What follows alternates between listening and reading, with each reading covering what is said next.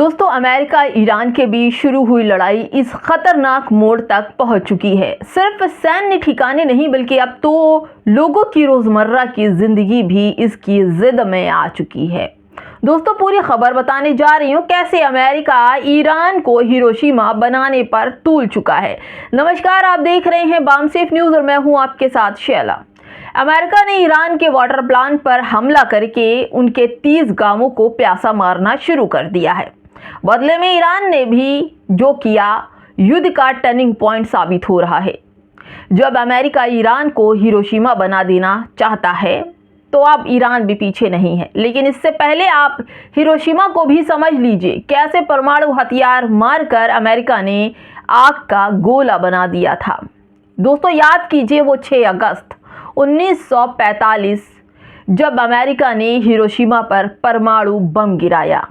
धमाके के बाद उठने वाले मशरूम जैसे सफ़ेद बादल, धुआं, राख और मलबा हवा में फैल गया। इसके कारण काली बारिश हुई। यह बारिश रेडियो एक्टिव थी जिसमें आने वाले कई सालों में बहुत से बेगुनाह लोगों की धीरे धीरे मौत हो गई। दोस्तों, खासकर आपको बताऊं कि ल्यूकेमिया, खून का कैंसर और थायराइड कैंसर जैसी बीमारियों ने उन दिनों बड़ी जगह बना ली थी जिसे आज भी हिरोशिमा के लोग जूझ रहे हैं। दोस्तों, आपको बताऊं कि 80 साल गुजरने के बाद भी आज जब तेहरान में ईंधन के भंडार वाले ठिकानों पर अमेरिकी बमबारी हुई तो शहर और वहां के लोग एक तेजाबी बारिश का सामना कर रहे हैं। उनके भविष्य के नतीजे अभी कुछ पता नहीं कि क्या होंगे, लेकिन हो सकता है कि आने वाले सालों में यह बीमारी और तकलीफ के जरिए लोगों की जान ले ले।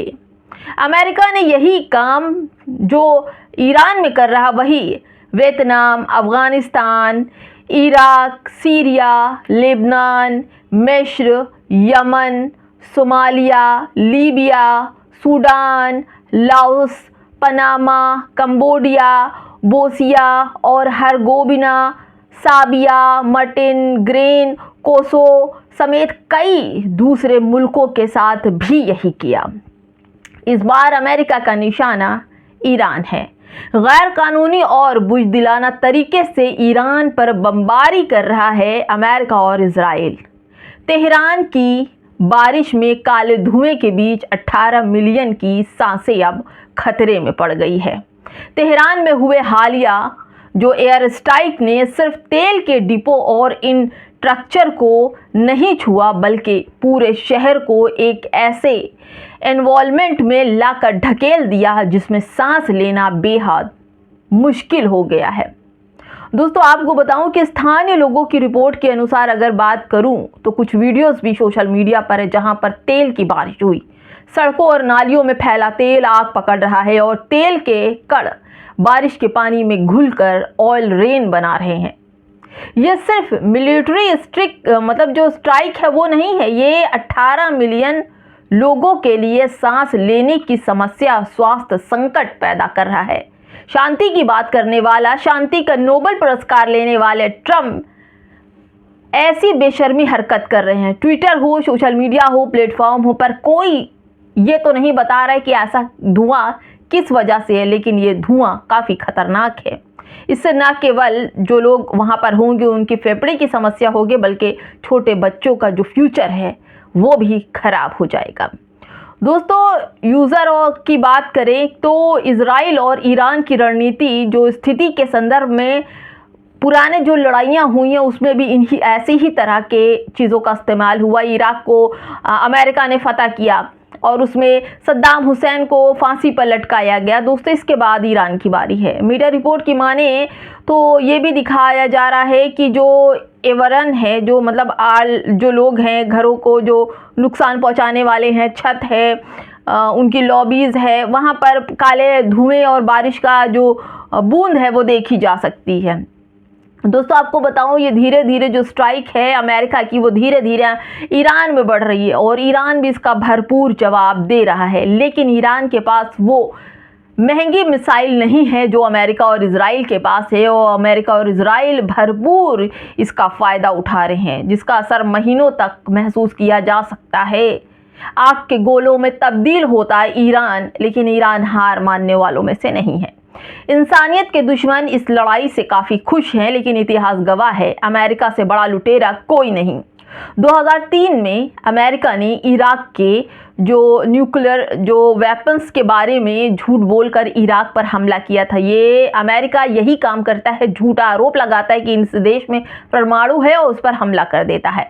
इराक पर आक्रमण के दौरान अमेरिकी सेना ने तेल के साथ साथ इराकी सोना भी लूट कर ले गए थे। यही वे वेनेजुला और ईरान से चाहते हैं। आज रात से 12 मार्च तक ईरान के लिए बहुत अहम तारीख है दोस्तों, क्योंकि इसी तारीख को रमज़ान का महीना चल रहा है। रमज़ान में ही ईरान अमेरिका से लड़ रहा है रोज़े रखकर। उनके हज़रत अली फरमाते हैं कि शहादत की तारीख और फिर इबादत की तारीख। रमज़ान की इन 4 तारीखों में भी ईरान को जंग में रहना है, जवाबी हमले भी करना है, और ये रातें निकल गई तो फिर इजराइल को कोई नहीं बचा सकता।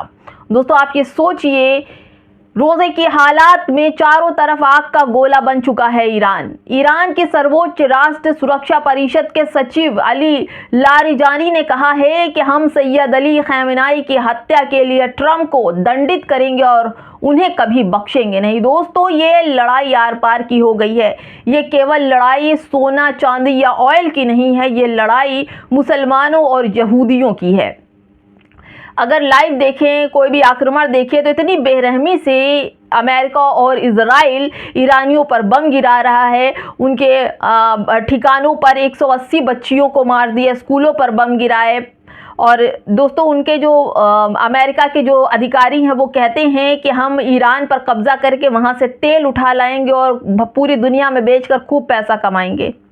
अब दोस्तों ईरान के नए सुप्रीम लीडर के चयन पर अमेरिका प्रेसिडेंट डोनाल्ड ट्रंप ने तुरंत कोई आधिकारिक रुख लेने से इनकार किया है। आपको बता दूं कि आयतुल्ला मुज्तबा खamenei के ईरान का सुप्रीम नया लीडर बनाया गया है, और बिना ट्रंप की इजाज़त के और बिना इंफॉर्मेशन के। अब अमेरिका ट्रंप को इस बात की मिर्ची लगी है कि ईरान ने अपना नया लीडर बना लिया है और उन्हें बताया नहीं।